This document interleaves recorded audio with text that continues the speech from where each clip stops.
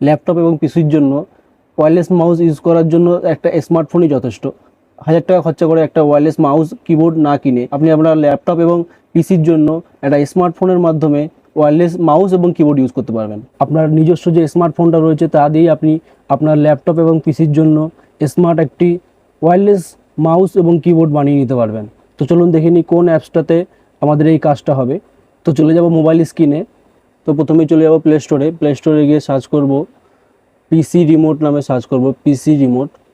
তো এখানে লিখব পিসি রিমোট। এই দেখুন উপরে লেখা চলে আসে পিসি রিমোট। এই যে অ্যাপসটি দেখতে পাচ্ছেন এই অ্যাপসটা আপনারা ডাউনলোড করে ইনস্টল করে নেবেন। তো আমি এখানে ইনস্টল করে নিচ্ছি।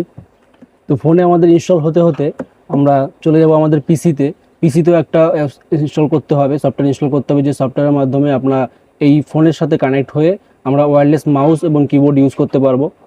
চলে আসবো আমরা আমাদের পিসি ডেস্কটপে। তো ডেস্কটপে এসে লিখে সার্চ করব পিসি রিমোট। তো এই যে প্রথমেই যে আপনাদের লিঙ্কটা আসবে পিসি রিমোটের, এইটাই ক্লিক করব। ক্লিক করার পরে দেখুন নিচে আসে, এখানে দেখুন এই যে ডাউনলোড অপশানটা রয়েছে, এই ডাউনলোড অপশানে ক্লিক করব। তো এটা ডাউনলোড হওয়ার পরে এটাকে আমরা ইনস্টল করে নেব। পিসি রিমোটে যে অ্যাপসটা আছে এটা ওপেন করে নেব। অ্যাপসটা ওপেন করার পরে ঠিক এরকম ইন্টারফেস আসবে। এবার এই নিচে দেখুন এখানে লেখা কানেক্ট লেখা রয়েছে, এই কানেক্টের উপরে ক্লিক করব। কানেক্টের উপর ক্লিক করার পরে আপনার ফোন আর আপনার পিসি আপনার সেম ওয়াইফাইতে কানেক্ট হতে হবে, এটা আপনি মনে রাখবেন। তো এখানে আমরা দেখুন ডেস্কটপের নাম শো করিয়ে দিয়েছে, আমার যে ডেস্কটপের নামটা আছে যেহেতু আমার সফটওয়্যারটা ইনস্টল হয়ে গেছে পিসিতে, তাই আমাদের ডেস্কটপের নামটা এখানে শো করিয়ে দিয়েছে।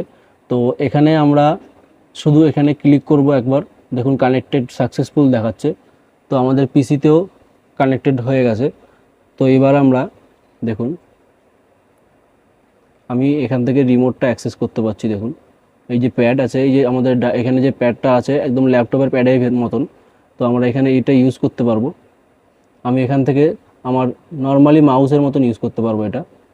দেখুন এখানে রাইট ক্লিক, এই যে রাইট ক্লিক রয়েছে এখানে আমি রাইট ক্লিক করলাম, দেখুন ওখানে ডেস্কটপে রাইট ক্লিক হয়ে গেছে। তো এখানে আমি রিফ্রেশ করছি। তো এখানে লেফট ক্লিক, এখানে রাইট ক্লিক, মিডল ক্লিক, এখানে দেখুন আমি যে কোনো ব্রাউজার খুলে নিচ্ছি একটা। দেখুন এই যে আমি ব্রাউজারটা ওপেন করেছিলাম, এখানে দেখুন আমি এই স্ক্রল করতে চাইছি ধরুন পেজটাকে। তো আমি এখানে এরকম সাইডে যে দাগটা দেওয়া রয়েছে এখানে আমি স্ক্রল করব, তো এখানে স্ক্রল হয়ে যাবে পেজে।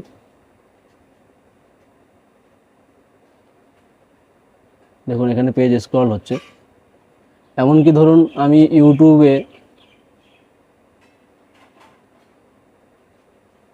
সার্চ বারে কিছু সার্চ করতে চাইছি, তো এখানে সার্চ বারে কিছু সার্চ করার জন্য এখানে দেখুন আমার এই যে অ্যারো চিহ্নটা রয়েছে, এই অ্যারো চিহ্নটাতে ক্লিক করব। ক্লিক করার পরে এখানে দেখুন এই যে কিবোর্ডের অপশানটা এসছে, এই কিবোর্ডের অপশানটাতে ক্লিক করব। দেখুন আমি পুরো কিবোর্ড এখানে পেয়ে যাচ্ছি। আমি এখানে যদি যা কিছু ডায়াল করব আমি ওখানে আমার সেটাই শো হবে। আমি দেখুন এখানে ডায়াল করছি ASDF, দেখুন ওখানে আমার চলে এসে সব। আমি এখানে ব্যাক স্পেস মারবো, তো আমার এখানে ব্যাক স্পেস কাজ হবে। এই দেখুন ব্যাক স্পেস, আমি ব্যাক স্পেসে ক্লিক করছি, দেখুন ওখানে লেখাটা কেটে যাচ্ছে। আমি এখানে উইন্ডোজ বাটনে ক্লিক করছি, দেখুন আমার উইন্ডোজ ক্লিক হয়ে গেছে। এমনকি আমি যদি এখান থেকে পাওয়ার অফ করতে চাই ডাইরেক্ট, দেখুন এখানে যে পাওয়ারের অপশান রয়েছে এই পাওয়ারের অপশানে আমি ক্লিক করব। যদি আমি শাট ডাউন করতে চাই বা রিসেট করতে চাই, লক করতে চাই, আমি দেখুন এখানে ধরুন শাট ডাউন করতে চাচ্ছি, তো শাট ডাউনে ক্লিক করলাম, এখানে পারমিশন চাইছে, তো আমি এখানে ওকে মারলাম, দেখুন আমার পিসি শাট ডাউন হয়ে যাচ্ছে।